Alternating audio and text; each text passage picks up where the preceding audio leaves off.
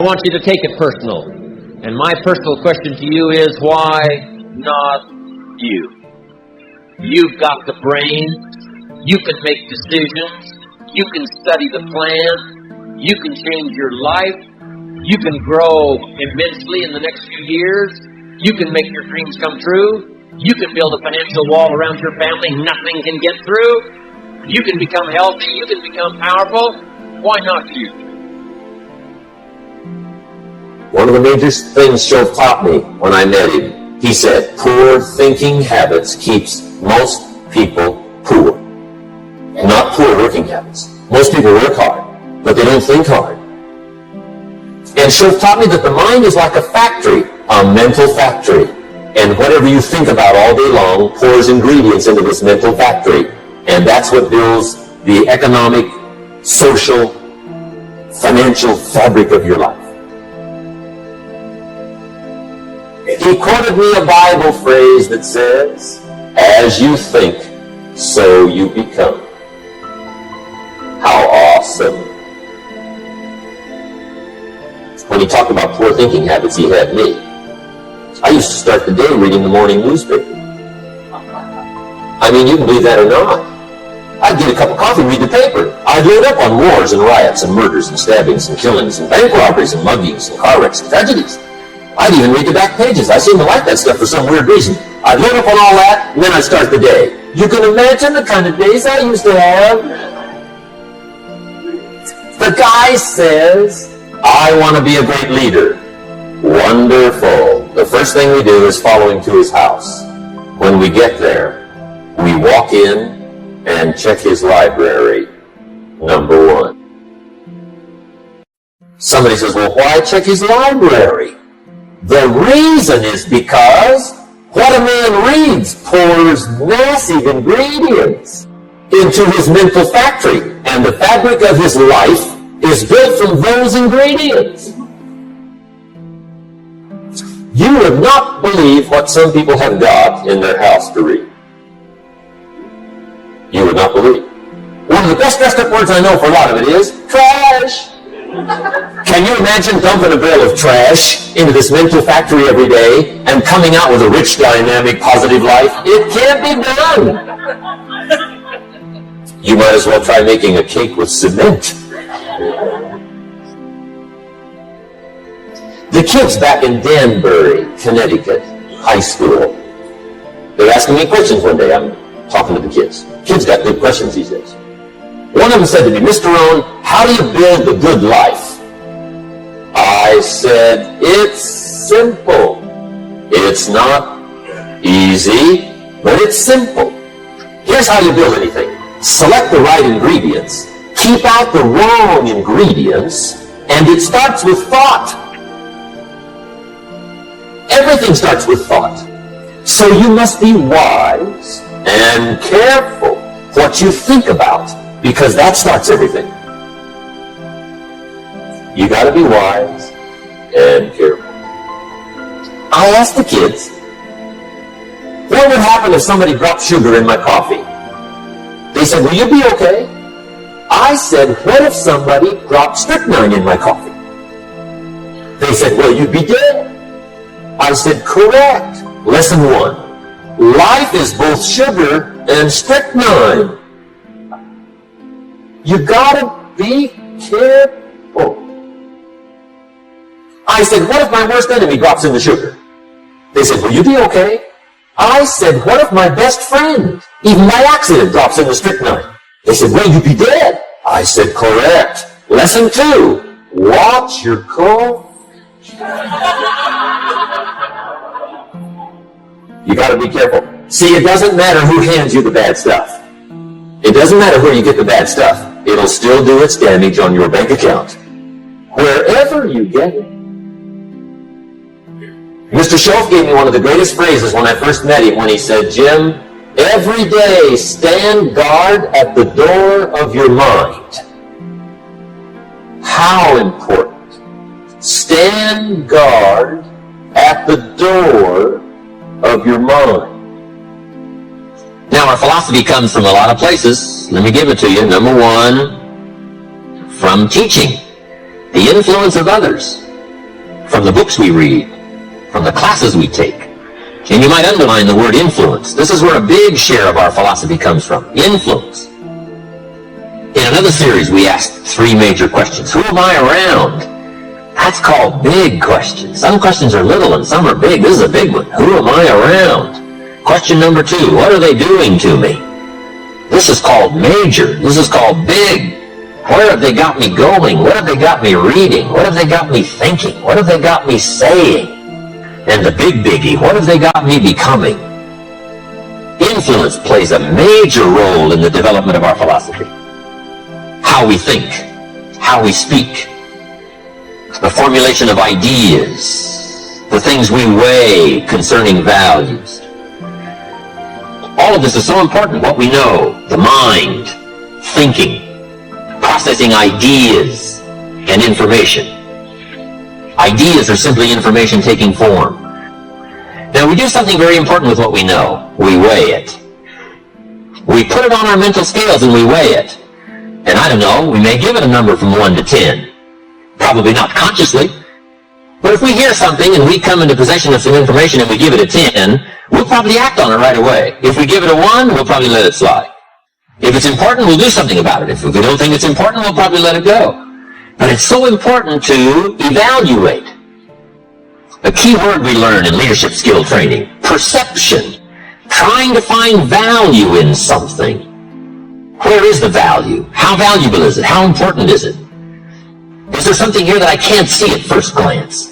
Is there something below the surface? Is there something in the inner workings of it? What goes behind it? What goes beyond it?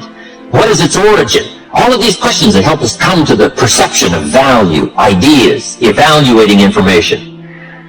Now here's what's important, to have a good set of mental scales. What if in processing information your mental scales were off? And you weighed everything a little wrong? Do you think that would affect your life? The answer is, of course. And all you got to be is a little off for 10 years. And you can imagine what the difference is. I got a key phrase for you. Life accumulates. We either accumulate the debt or the value. We either accumulate the regret or we accumulate the equity. Now, we must all suffer one of 2 pains. The pain of discipline or the pain of regret. And I'm suggesting discipline. Mental discipline to refine ideas. Of course it's laborious, and of course it's a push, but it's called small price to pay, so that you won't have the regret later on. Regret weighs tons. Discipline weighs ounces. So if you accept the early ounces of discipline of thought, to refine ideas, and not just let major questions go by, what about society? What about the government? What about taxes? What about religion? What about life? What about capital? What about business? What about society? All of these major questions. What about my life and my value and my place and my future? And what about life? What about origin? What about destiny? What about opportunity? What about possibility? All of these major questions, to let them go casually by is to miss the treasures that your life could accumulate into in the coming months, the coming years. So this is called major. What we ponder and what we think about sets the course of our life. It's like the set of the sail that's taking us somewhere. Let me give you a good question to write down. Where are my thoughts taking me? This is a biggie question. Where are my thoughts taking me? These are some of the things you want to make sure of. You might be able to be casual about some things, but here's some things not to be casual about. My philosophy is taking me somewhere. Big question, where? The accumulation of equity will either be there or won't be there. Life accumulates. And I'm either accumulating debt that I'll be sorry for, or I'm accumulating value that I'll be happy about. Key phrase. Up front, the decisions are easy. Now, sometimes after we've lived a few years now, to repair our mistakes and get back on track seems like a tough job. But here's the key, and it's so exciting to talk to the teenagers. Make the note. If you start early,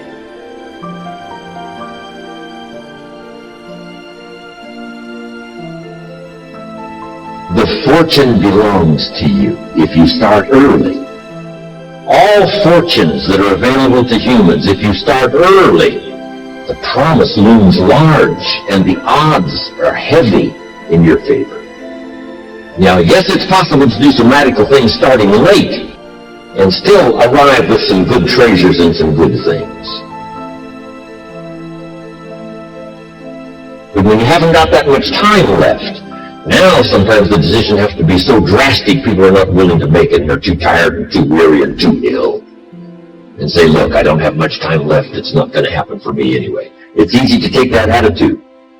But everyone here, we've got the time over the next 10 years. We've got the time the next 20 years. We've got the time the next 30 years to make some repair now in our errors of the past and set up some new disciplines. And I'm telling you, that's going to change everything.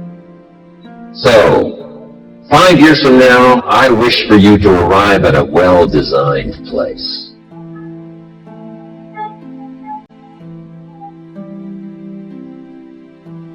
A place of productivity, a place that'll make you feel good about yourself, a place that'll give you honor and respect, a place that'll give you influence to touch other people 5 years from now that you couldn't do today.